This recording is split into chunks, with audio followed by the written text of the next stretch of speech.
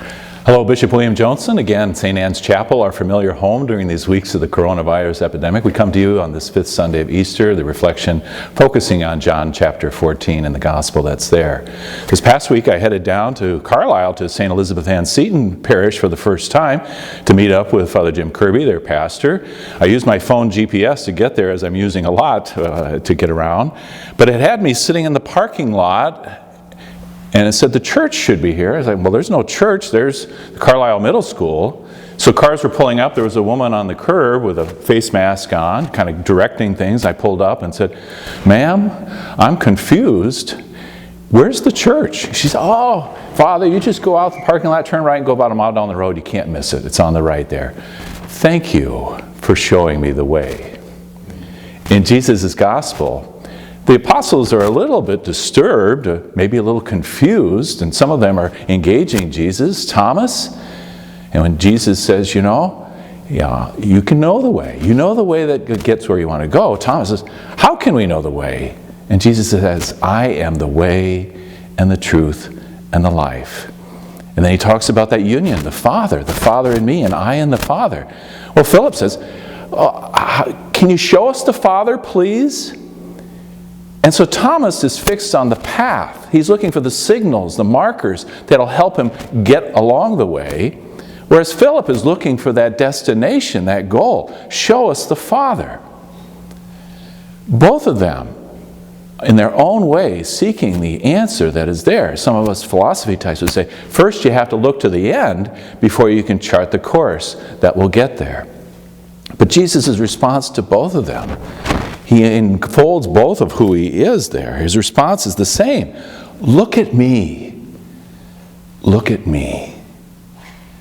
That film a few years ago by Terrence Malick, The Tree of Life, some of the reviewers said it's the story of everything. If you got a lot of time on your hands, you might check it out, but it's 3 hours long, I'll warn you. It goes from the Big Bang to this little town in Texas where Brad Pitt and Jessica Chastain are the parents in a family that's growing up with their boys that are there. But Jesus is saying, keep your hearts, your minds, your sights fixed on me and my very person. When he says, I am the way and the truth and the life, he's really saying, everything can be found in me. The way to get to what you seek most, the whole package that gives meaning to everything, the mystery of the Trinity, the incarnation of Mary and the church. Philip seeks truth. The truth of Jesus and the Father. I want to see the Father, and I'll know the Father most when I see the way he relates to his Son. And I'll know the Son when I behold how he is fully himself when he's present before the Father. Many years ago, I lived at the Casa in Rome with about 90 other American priests doing graduate studies. In the course of that year, most of the priests' parents came to visit the Eternal City. We always said, this explains everything. Now that we've seen these parents, now we know why these guys are the way that they are. And so the truth of who Jesus is revealed in the Father. One always in will and work with him, or as we say in the Creed, consubstantial with the Father. Jesus is not bored any less than his Father.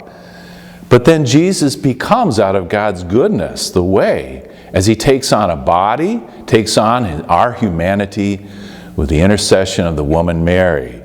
The way in which she opens up then and helps to open up that space between the destination and the way. Jesus drawing us perpetually back to the Father with the help of the Spirit.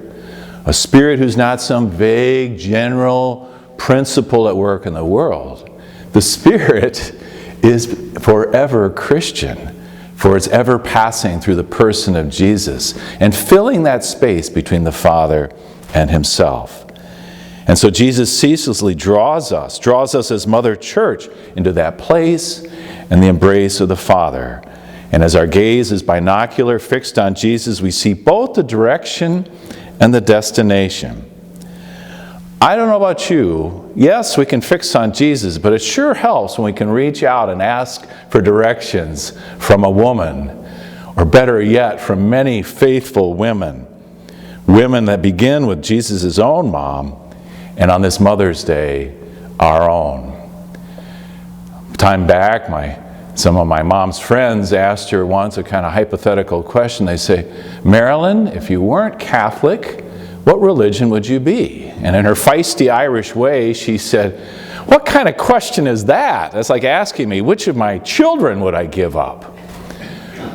Well, Mom, among us 5 siblings, we caucused, and it's Tom, the youngest. You can give him up. It's okay, all right?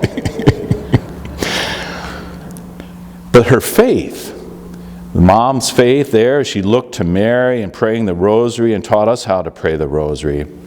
And today, on this 5th Sunday of Easter, the 2nd anniversary of my dad's death, you said, as after the wake of his death, you know what, my own dad dying early, all these years of married life, 58 going on 59 years, I had to make it up because I didn't have a reference. But you weren't starting from scratch. You look to Mary, you look to the church, and you help us to form us in that faith. And so in tribute, as Ted Kooser says in his poem, Mother, were it not for the way you taught me to look at the world, to see the life at play in everything, I would have to be lonely forever. Thanks, Mom, for giving me the faith that helped me to play a lot more and to see this mystery of God's presence and Spirit filling things, a way of being and doing. These days, in the wake of the coronavirus, we know that some feel like they have to do it on their own. They feel very alone, even as their family crowds in around them. The pressures of trying to school their kids. Maybe job hours have been cut back, or maybe even the job has been lost. There's no escape right now. Is it any wonder that perhaps the incidence of domestic abuse has crept up in a significant way? But to believe that you are not alone, to look to Jesus, yes, but just even praying a holy hour or praying the rosary, that's not going to make all the challenges go away, is it? And so we have to look to the church and look to those who will stand with us, women and men. I encourage you to consult our Catholic Charities counselors who are ready to be there for you, whether through tele-engagement or in some direct form in that way.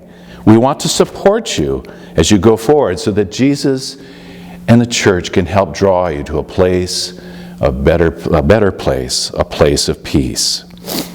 Jesus promises to do even greater work before the Father. He could have said, I'll go this alone and I'll present to you a shiny kingdom, nice and bright. But it's only better if He can bring us with Him. It's kind of like maybe some of those meals, breakfast in bed, or meals that your family's going to prepare for you moms today. Maybe everything doesn't come out right on the table. But the fact that they're doing it together warms a mother's heart and is glorious indeed. The results may not always be perfect, but we are the ones who are being perfected as Jesus draws us, Mother Church, into the place and the embrace of the Father. And that's a fact, ma'am. No way, you say? Oh, yes, way. Thank you for listening. Let's continue to pray for each other.